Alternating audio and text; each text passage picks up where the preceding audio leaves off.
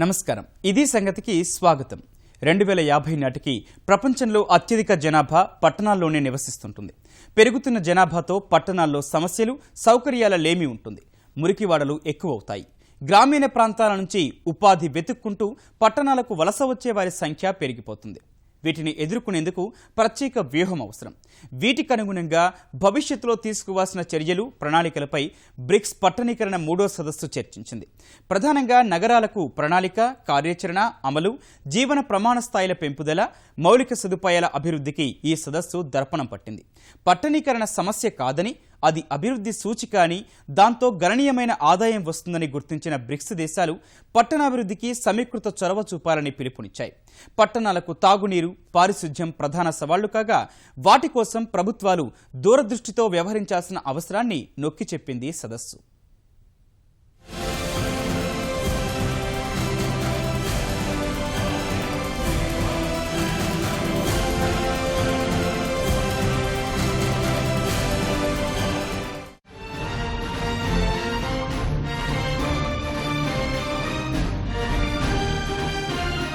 ప్రపంచంలో ఎక్కడైనా పట్టణీకరణతోనే అభివృద్ధి సాధ్యం.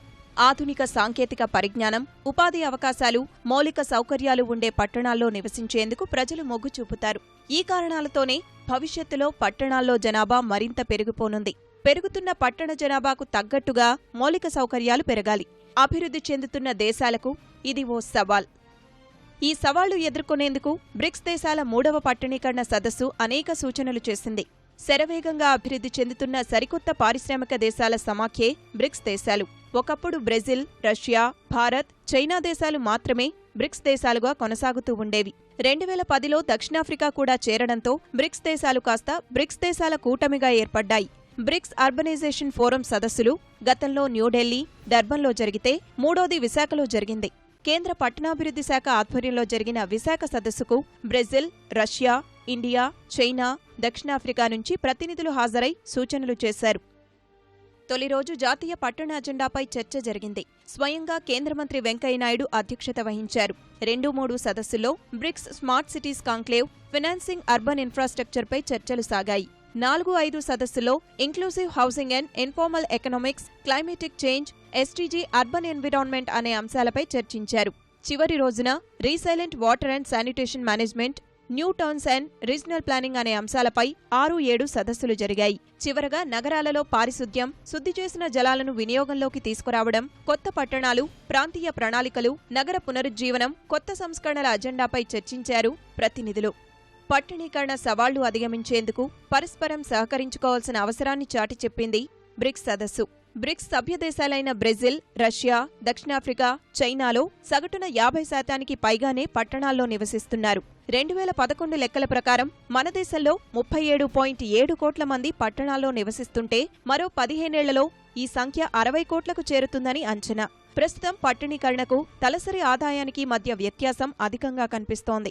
ఈ అంశంపై దృష్టి సారించాల్సిన అవసరం ఎంతైనా ఉంది. సదస్సులో కీలక ఉపన్యాసం చేసిన ముఖ్యమంత్రి చంద్రబాబు నాయుడు పట్టణీకరణలో కాలుష్యం, మురికివాడల సమస్యల్ని ప్రముఖంగా ప్రస్తావించారు. గతంలో పట్టణ ప్రణాళికలు సక్రమంగా లేకపోవడం వల్లే సమస్యలు తలెత్తాయని అన్నారు. First industrial revolution, we are all aware, that is from agriculture to mechanization. Second industrial revolution by innovating electricity. Third industrial revolution by moving information technology, by innovating internet and also information technology. Now, fourth industrial revolution is a deadly combination of technology and also Internet of Things. And also, you have to go for inclusive growth. In municipalities, if you see, one side, very big gap. Some people are having billions of dollars.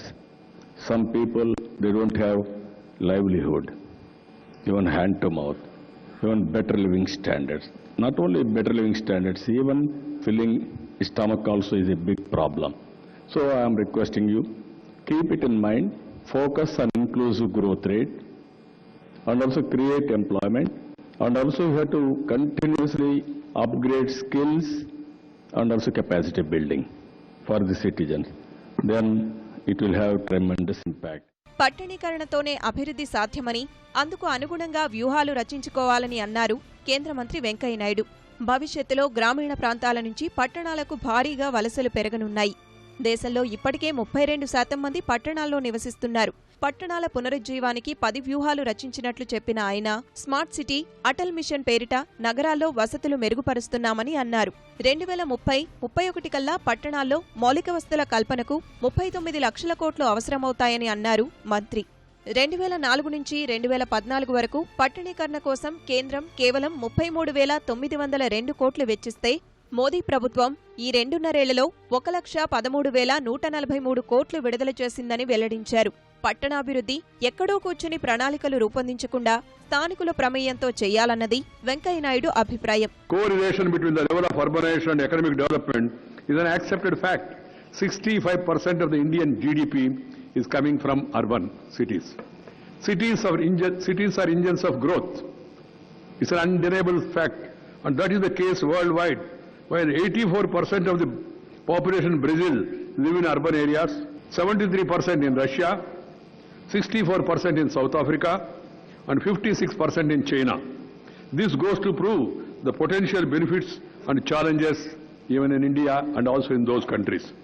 BRICS bloc, with more than 3 billion people, account for over 53% of the world's population and about 1/4 of the global GDP. All the 5 countries are members of the powerful G20 group and are major voices in the Committee of Nations. That is the power of this BRICS grouping. This further underlines the need for enhanced cooperation on various crucial and critical issues. బ్రిక్స్లో సభ్యదేశమైన China పట్టణీకరణలో మౌలిక సదుపాయాల కల్పనపై ప్రత్యేక దృష్టి సారించింది. అనుసంధానించడం, స్వీకరించడం, కొనసాగించడం, ఉత్పాదకత, ప్రత్యేకత అనే 5 అంశాలను కొత్త పట్టణాల నిర్మాణంలో తప్పనిసరిగా అనుసరించేలా ప్రణాళిక రూపొందించుకుంది. సెంట్రల్ షాంఘైని మళ్లీ ఎలా అభివృద్ధి చేసింది, 2014 నాటికి అత్యుత్తమ గ్లోబల్ సిటీగా తీర్చిదిద్దేందుకు ఎలాంటి చర్యలు తీసుకుంటుందో సమావేశంలో వివరించింది. ప్రస్తుతం చైనాలో నగరాలు, పట్టణాల్లో ఉన్న జనాభా 77.1 కోట్లు. 2030 నాటికి ఈ సంఖ్య 90 కోట్లకు చేరుతుందని అంచనా. చైనాలో ఇప్పటికే 658 నగరాలు, 20,501 పట్టణాలు ఉన్నాయి. ఇక్కడ మొత్తం 65.6 కోట్ల మంది మొబైల్ యూజర్లు ఉంటే వారిలో 72% మంది నగరాల్లో నివసించేవారే ఉన్నారు. ఈ నేపథ్యంలో ఇళ్ల నిర్మాణంపైనే ఎక్కువ దృష్టి పెట్టినట్లు వివరించింది. Even in the social housing, we have a different level. One is the economy housing. It's meaning the people can buy, but it is very cheap. And the other is the rent housing, only for rent, cannot buy. And the third is the low rent housing. It is special for poor people. The rent is very cheap. Yeah. So we have the 2 big systems. But I have introduced another system, is the historic housing stock. From the 1950s to 2000, we have constructed a lot of housing for the worker class. ప్రణాళికాబద్ధంగా పట్టణాల సర్వతోముఖాభివృద్ధికి ప్రాధాన్యమివ్వడం, ఆరోగ్యకర, ఆహ్లాదకర వాతావరణంలో ప్రజలు నివసించేలా చేయడం, ఆహార భద్రత కల్పించడమే నిజమైన పట్టణీకరణగా సదస్సులో నిపుణులు అభిప్రాయపడ్డారు. శరవేగంగా పెరుగుతున్న పట్టణీకరణకు అనుగుణంగా ప్రపంచ దేశాలు స్మార్ట్ సిటీలు అభివృద్ధి చేసుకోవాల్సిన అవసరంపైన చర్చ జరిగింది. కొన్ని దేశాల్లో కొన్ని విషయాల గురించి వాళ్ళు ముందే ఆలోచిస్తున్నారు. మనమేమో కొన్ని విషయాల్లో మనం ముందు ఆలోచిస్తున్నాం.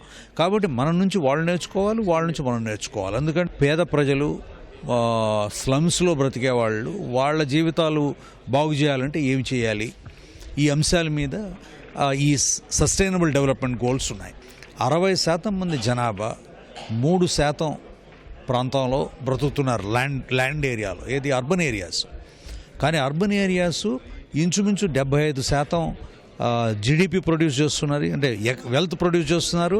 అదేవిధంగా 75% కార్బన్ ఫుట్ ప్రింట్స్ కూడా వాళ్ళు ప్రొడ్యూస్ చేస్తున్నారు. 2015లో చెన్నైలో వరదలు సృష్టించిన బీభత్సం నుంచి ఇంకా తేరుకోలేకపోతున్నారు అక్కడి వారు. అదో పీడకలలా వెంటాడుతూనే ఉంది. అదే సమయంలో వరదల సందర్భంగా చేపట్టిన చర్యలు సత్ఫలితాలనిచ్చాయి. భారీ వర్షాల కారణంగా 859 ప్రాంతాలలో జలవనరులు ఉప్పొంగి నగరం మునిగిపోయింది. అప్పుడు వరద నీటిని 470 పంపు సెట్లు, 82 జేసీబీలు, ప్రొక్లైన్లు, 49 ఫైర్ ఇంజన్లు, 79 నీటిని పీల్చే సూపర్ సక్కర్ యంత్రాలతో ఆ నీటిని పూర్తిగా తొలగించగలిగింది అధికార యంత్రాంగం. నగరాల్లో వరదలు సంభవిస్తే ఎదుర్కోవడానికి మెరుగైన పద్ధతులు అవలంబించాల్సిన అవసరముందని, ఇందుకు సరైన ప్రణాళిక ఉండాలని సూచించారు అక్కడి అధికారులు. న్యాచురల్ కెలామిటీని డిజాస్టర్గా మారకుండా ఏం స్టెప్స్ తీసుకోవాలి ఒక లోకల్ గవర్నమెంట్, ఒక లోకల్ అడ్మినిస్ట్రేషన్ అన్న కొన్ని విషయాలు మనం చెప్పాం. ఇది కాకుండా ఇలాంటి సన్నివేశాలు మరి ఏ ఒక్క సిటీలో రాకుండా ఉండడానికి, లేకపోతే ప్రిపేర్డ్నెస్కి ఏమేమి స్టెప్స్ తీసుకోవాలన్న ద్వారా మనం ఈ ప్రెజెంటేషన్లో షేర్ చేసుకున్నాం. ప్రస్తుతం పెరుగుతున్న జనాభా అవసరాలకు అనుగుణంగా పట్టణ ప్రణాళికలు ఉండడం లేదు. అంటువ్యాధులు ప్రబలితే, ఉపద్రవాలు విరుచుకుపడితే అప్పటికప్పుడు ఎదుర్కొనే వ్యవస్థలు చాలా తక్కువగా ఉంటున్నాయి అనే కన్నా లేవనడమే మేలు. అధ్యయనం, పరిశోధనల ద్వారా లబ్ధిదారులకు భాగస్వామ్యం కల్పించడం ద్వారా నగరాల్లో సమస్యలకు సులువైన పరిష్కారాలు కనుగొనే అవకాశాలున్నాయి. ఇదే విషయాన్ని దృష్టిలో ఉంచుకొని భవిష్యత్తు ప్రణాళిక రచన జరగాలని సూచించారు నిపుణులు. బ్రిక్స్ సదస్సులో ఆంధ్రప్రదేశ్కి సంబంధించిన అంశాలను కూడా ప్రతినిధులు ప్రముఖంగా ప్రస్తావించారు. దేశంలోనే 100% ఎల్ఈడీ వీధి దీపాలు ఏర్పాటైన తొలి నగరం విశాఖ అని గుర్తు చేశారు. స్మార్ట్ సిటీ లైటింగ్, 24 గంటలు నిరంతరాయంగా విద్యుత్ సరఫరా, మెరుగైన రహదారులు, పచ్చదనం, స్మార్ట్ ట్రాఫిక్, సీసీ కెమెరాల ఏర్పాట్లు చర్చకు వచ్చాయి. భూగర్భ విద్యుత్ లైన్ల ఏర్పాటుకు శ్రీకారం, వేస్ట్ వాటర్ మేనేజ్మెంట్, వ్యర్థాల నుంచి విద్యుత్ తయారీని వివరించారు. ప్రపంచ ప్రమాణాలకు తగ్గట్లు తాగునీరు అందించేందుకు చర్యలు చేపట్టడం, సుందరమైన బీచ్ రోడ్డుకు వైఫై సౌకర్యం కల్పించడం వంటి విషయాలు ప్రస్తావనకు వచ్చాయి. కొన్ని కంట్రీస్ తీసుకుంటే యాక్చువల్గా చైనా వాళ్ళు చెప్పేది ఏంటంటే పొల్యూషన్ ఫ్రీకి దానికి మనం ఎలక్ట్రిక్ బస్సెస్ వాడాలని ఆల్రెడీ వాళ్ళు వాడుతున్నారు. అయితే అది వైబిలిటీ మీద ఒకసారి ఆలోచించి చేయాలని దాంతో ముఖ్యమంత్రి గారు కూడా ఎన్నోసార్లు చెప్పారు. ఆ ఎలక్ట్రిక్ బస్సెస్ గురించి చాలా డీటెయిల్గా డిస్కస్ చేశారు. ఇలా వాళ్ళు డిస్కస్ చేసినవి మనం డిస్కస్ అన్నింటినీ ఇంటిగ్రేట్ చేసి మన అధికారులు వర్కౌట్ చేస్తున్నారు.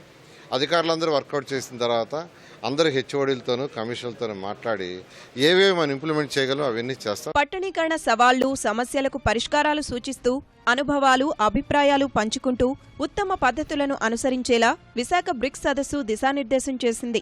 పర్యావరణహిత నగరాల నిర్మాణం, నివాసయోగ్య నగరాలకు మౌలిక వసతులు, సదుపాయాలు, ప్లానింగ్, డెవలప్మెంట్, ఫినాన్స్, పాలన, నిర్వహణ అనే అంశాలను సదస్సు ప్రధానంగా చర్చించింది. చెత్త అంటే ఎందుకు పనికిరానిదనే అర్థం. వాడుకొని తర్వాత చెత్తబుట్టలో పారేస్తాం. ఇక అటువైపు కన్నెత్తి కూడా చూడం. కానీ ఇప్పుడు మాత్రం ఓసారి పారేసిన చెత్తను మళ్లీ జాగ్రత్తగా దాచుకోవాల్సిన పరిస్థితులు వస్తున్నాయి. ఎందుకంటే ఇప్పుడు అదే చెత్తకు పరమార్థం వచ్చింది. చెత్తే కదా అని పారేస్తే మనకే నష్టం అనిపిస్తున్నాయి. మామూలు వ్యర్థాల నుంచి విద్యుత్పత్తి చేయటం వరకు మనకు తెలుసు. అయితే పాడైపోయిన ఎలక్ట్రానిక్ వ్యర్థాల నుంచి సిరులు కురిపించే అవకాశాలున్నట్టు తెలుస్తోంది. అది అతి తక్కువ ఖర్చుతో. ఏం చెయ్యాలో తెలియక గుట్టలు గుట్టలుగా పడి ఉన్న ఎలక్ట్రానిక్ వ్యర్థాల నుంచి బంగారం తీయొచ్చన్న సమాచారమే ఇప్పుడు అందరినీ ఆకర్షిస్తోంది. ఒకవేళ ఈ ప్రక్రియ మరింత సరళీకృతమై అందుబాటులోకి వస్తే భవిష్యత్తులో ఎలక్ట్రానిక్ వ్యర్థాల గుట్టలు కనిపించవు.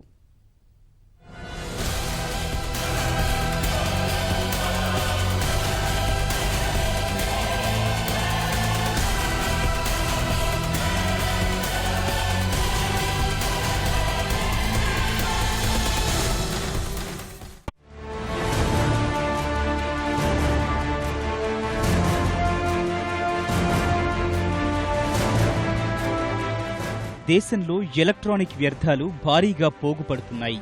పాతవైపోయిన కంప్యూటర్, మొబైల్, ఛార్జర్లు, సీడీలు, హెడ్ఫోన్లు, ఎల్సీడీ ప్లాస్మా తెరలు, టీవీలు, ఏసీలు, ఫ్రిడ్జ్లు తదితరాల నుంచి ఈ వ్యర్థాలు పెద్ద ఎత్తున పేరుకుపోతున్నాయి.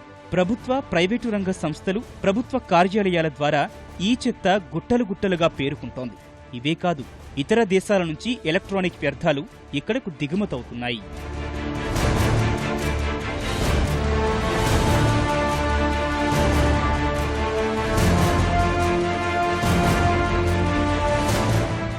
ఓ విధంగా ప్రపంచంలోనే ఈ వ్యర్థాల పారబోతకు భారత్ కేంద్రంగా మారుతుందని చెప్పవచ్చు. అందువల్ల పర్యావరణానికి ఎంతటి హాని జరుగుతుందో మనుషుల ఆరోగ్యంపై అంతే ప్రభావం పడుతుంది. అసోచామ్ జూన్లో విడుదల చేసిన లెక్కల ప్రకారం ప్రస్తుతం దేశంలో ఈ వ్యర్థాలు 18 లక్షల మెట్రిక్ టన్నులు. ఏడాదికి 30% చొప్పున పెరుగుతూ 2020 కల్లా అది 52 లక్షల మెట్రిక్ టన్నులకు చేరొచ్చని అంచనా. ఎలక్ట్రానిక్ వ్యర్థాల విషయంలో ప్రపంచంలో భారత్ 5వ స్థానంలో ఉంది.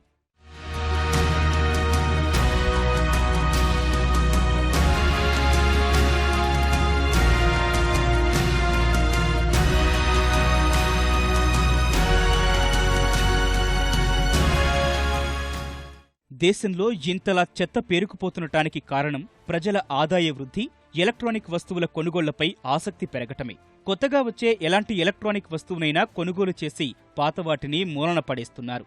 ఇంట్లో అప్పటికే అలాంటి వస్తువున్న ఇంకోటి కొనుగోలు చేయటం అలవాటుగా మారిపోయింది. ఇంట్లో సభ్యుల సంఖ్యను బట్టి ఎలక్ట్రానిక్ వస్తువుల కొనుగోళ్లు, వాటికనుగుణంగా వ్యర్థాలు పెరుగుతున్నట్టు అసోచామంటోంది. దాదాపు 100 కోట్ల మందికి పైగా టెలికాం ఖాతాదారులున్న మన దేశం మొబైల్ ఫోన్లకు ప్రపంచంలోనే 2వ అతిపెద్ద విపణి. ఐటీ సేవలకు అంతర్జాతీయ కేంద్రాల్లో ఒకటైన భారత్లో కంప్యూటర్ల వినియోగమూ ఎక్కువే. ఇక గృహాల్లో రోజురోజుకు పెరుగుతోన్న ఎలక్ట్రానిక్ ఉత్పత్తుల వినియోగం గురించి చెప్పనక్కర్లేదు. దేశంలోని ఎలక్ట్రానిక్ వ్యర్థాల్లో ఎక్కువగా ఉన్నవి పాత కంప్యూటర్లే. మొత్తం ఈ చెత్తలో అవే 70% ఆక్రమిస్తున్నాయి. తర్వాతి స్థానంలో టెలికమ్యూనికేషన్ల సంబంధిత వస్తువుల వ్యర్థాలు 12% ఉన్నాయి. 8% విద్యుత్కు సంబంధించినవి, వైద్య పరికరాలు 7%, మిగిలినవి 3%గా ఉన్నాయి.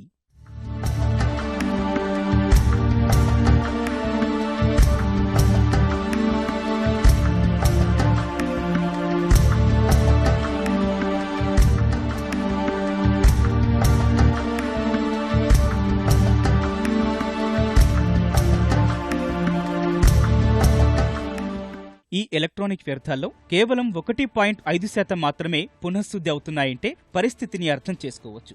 ఎలక్ట్రానిక్ వ్యర్థాలను రీసైకిల్ చేయడానికి సంబంధించి మౌలిక సౌకర్యాల కొరత, ప్రణాళికా లోపం కొట్టొచ్చినట్టు కనిపిస్తున్నాయి. మొత్తం దేశంలో పేరుకుంటున్న వ్యర్థాల గుట్టల్లో 95% అసంఘటిత రంగం నుంచి, తుక్కు వ్యాపారుల నుంచి వస్తున్నాయి. పాత సామాన్లు పునఃశుద్ధి చేయకుండా విడగొట్టి పడేయటమే వీరి పని.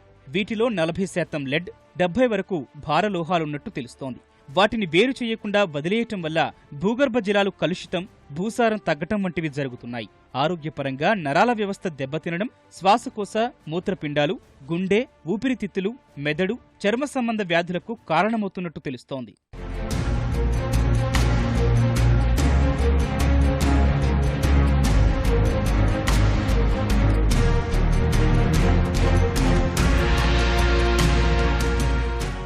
ఎలక్ట్రానిక్ వ్యర్థాలను సరైన రీతిలో ఉపయోగించుకోకపోవటం వల్ల పరిణామాలు ఇలా ఉంటే, శాస్త్రీయ పద్ధతిలో పునఃశుద్ధి చేస్తే ఎంతో ప్రయోజనకరమనేది శాస్త్రవేత్తల మాట. పర్యావరణానికి ప్రమాదకరంగా మారుతున్న ఈ చెత్తను వదిలేయకుండా సరిగ్గా ఉపయోగించుకుంటే దీని నుంచి సిరులు పండించవచ్చని నిపుణులు చెబుతున్నారు. బంగారం, వెండి, పలాడియం, ఉక్కు వంటి సిరులు కురిపించే విలువైన లోహాలు ఎన్నో ఈ చెత్తలో ఉంటాయని చెబుతున్నారు. ఎలక్ట్రానిక్ పరికరాల్లో విలువైన లోహాలను జాగ్రత్తగా సంగ్రహించడం, వేరు చేయడం, పునర్వినియోగానికి అనుకూలంగా తీర్చిదిద్దడం వంటి వాటి రూపంలో అనేక వ్యాపారావకాశాలున్నాయని విశ్లేషకులు చెబుతున్నారు. ప్రస్తుతం దేశీయ ఈ చెత్త పరిశ్రమ పరిణామం దాదాపు 30,000 కోట్లేనని, 2020 నాటికి ఇది 1,25,000 కోట్లకు చేరొచ్చని అంచనా.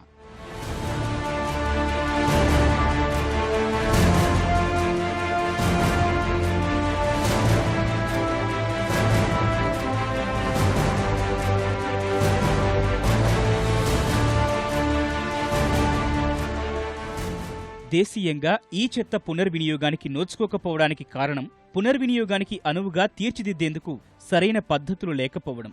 అధునాతన పద్ధతుల్ని సంస్థలు పాటించకపోవటము ఓ కారణంగా కనిపిస్తోంది. ఫలితంగా 2014లోనే 300 టన్నుల బంగారం, 1000 టన్నుల వెండి వృధాగా చెత్తకుప్పల పాలయ్యాయి. ఐక్యరాజ్యసమితి విశ్వవిద్యాలయం ప్రకారం అలా ఈ వ్యర్థాల రూపంలో పనికి రాకుండా పోయిన వనరుల విలువ 3,40,000 కోట్ల రూపాయల పైనే. అలాంటి పరిస్థితుల నుంచి కేవలం 4,000 రూపాయలు వెచ్చిస్తే కిలో బంగారం తీయవచ్చంటే ఇంకేం కావాలి? పాత ఫోన్లు, కంప్యూటర్లు, టీవీల సర్క్యూట్ల నుంచే బంగారం సంగ్రహించేందుకు అవకాశాలు ఉన్నట్లు చెబుతున్నారు. అది పూర్తి స్థాయిలో కార్యరూపం దాల్చితే కాసుల పంట పండినట్లేనని అంటున్నారు ఎడిన్బరో విశ్వవిద్యాలయ శాస్త్రవేత్తలు.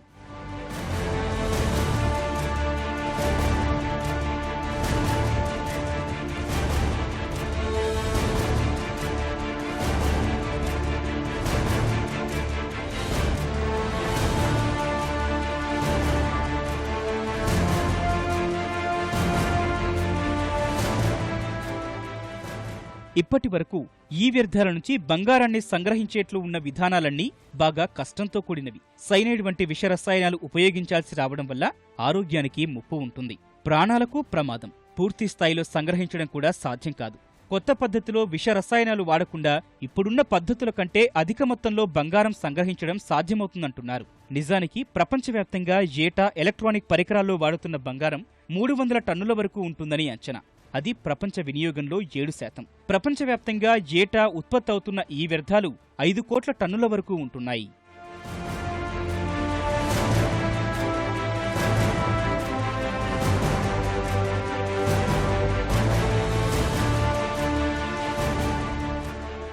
ఈ వ్యర్థాల నుంచి స్వర్ణాన్ని సంగ్రహించేందుకు ప్రస్తుతం ప్రధానంగా 2 విధానాలు అనుసరిస్తున్నారు. మొదటిది పైరోమెటలర్జీ. ఇందులో అధిక ఉష్ణోగ్రతల వద్ద ఈ వ్యర్థాలను మరిగేలా చేసి అందులోని బంగారం కరిగేలా చేస్తారు. అందుకు అధిక శక్తి అవసరమవుతుంది.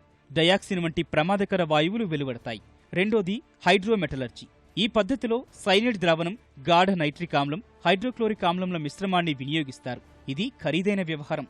రసాయనాలతో ఆరోగ్యం, పర్యావరణానికి ప్రమాదముంటుంది.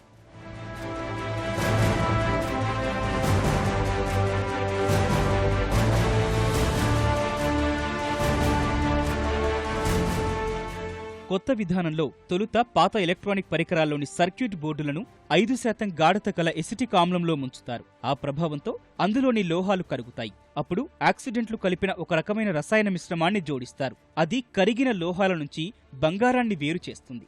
శాస్త్రవేత్తలు ఇందులో ఉపయోగించే రసాయన మిశ్రమం ఏంటన్నది ఇంకా వెల్లడించలేదు. అది పర్యావరణానికి ఏమాత్రం హాని చేయదని మాత్రమే చెబుతున్నారు.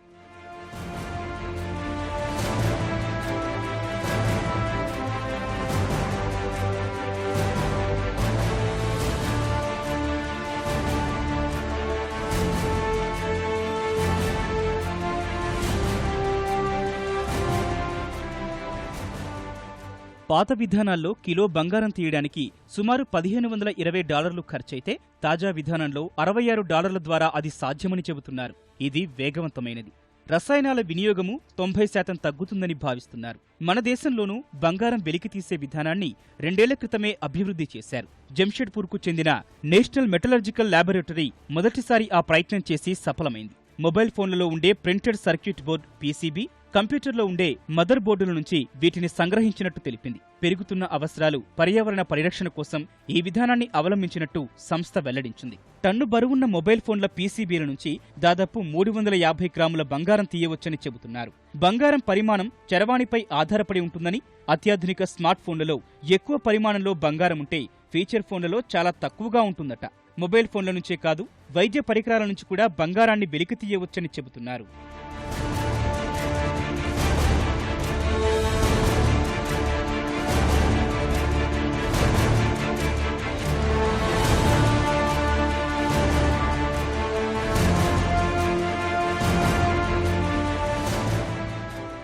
అవసరాలు ఆలోచనలు రేకెత్తిస్తే ఆలోచనలు ఆవిష్కరణలకు దారితీస్తాయి. ఒకప్పుడు ఎందుకో పనికిరాని చెత్త నుంచి ప్రత్యామ్నాయ ఇంధన వనరుగా విద్యుత్తును ఉత్పత్తి చేస్తున్నారు. అలాగే సేంద్రియ ఎరువుల కోసం చెత్తను ఉపయోగిస్తున్నారు. ఎలక్ట్రానిక్ వ్యర్థాల నుంచి కూడా ఇలాంటి ప్రత్యామ్నాయ మార్గాలు వెతికిన శాస్త్రవేత్తలకు అద్భుతమైన ఫలితాలే కనిపించాయి. 2020 టోక్యో ఒలింపిక్స్లో విజేతలకు అందించే బంగారు పతకాలను ఈ వ్యర్థాల నుంచి కొత్త విధానంలో సంగ్రహించిన బంగారంతో చేయాలని జపాన్ భావిస్తోంది.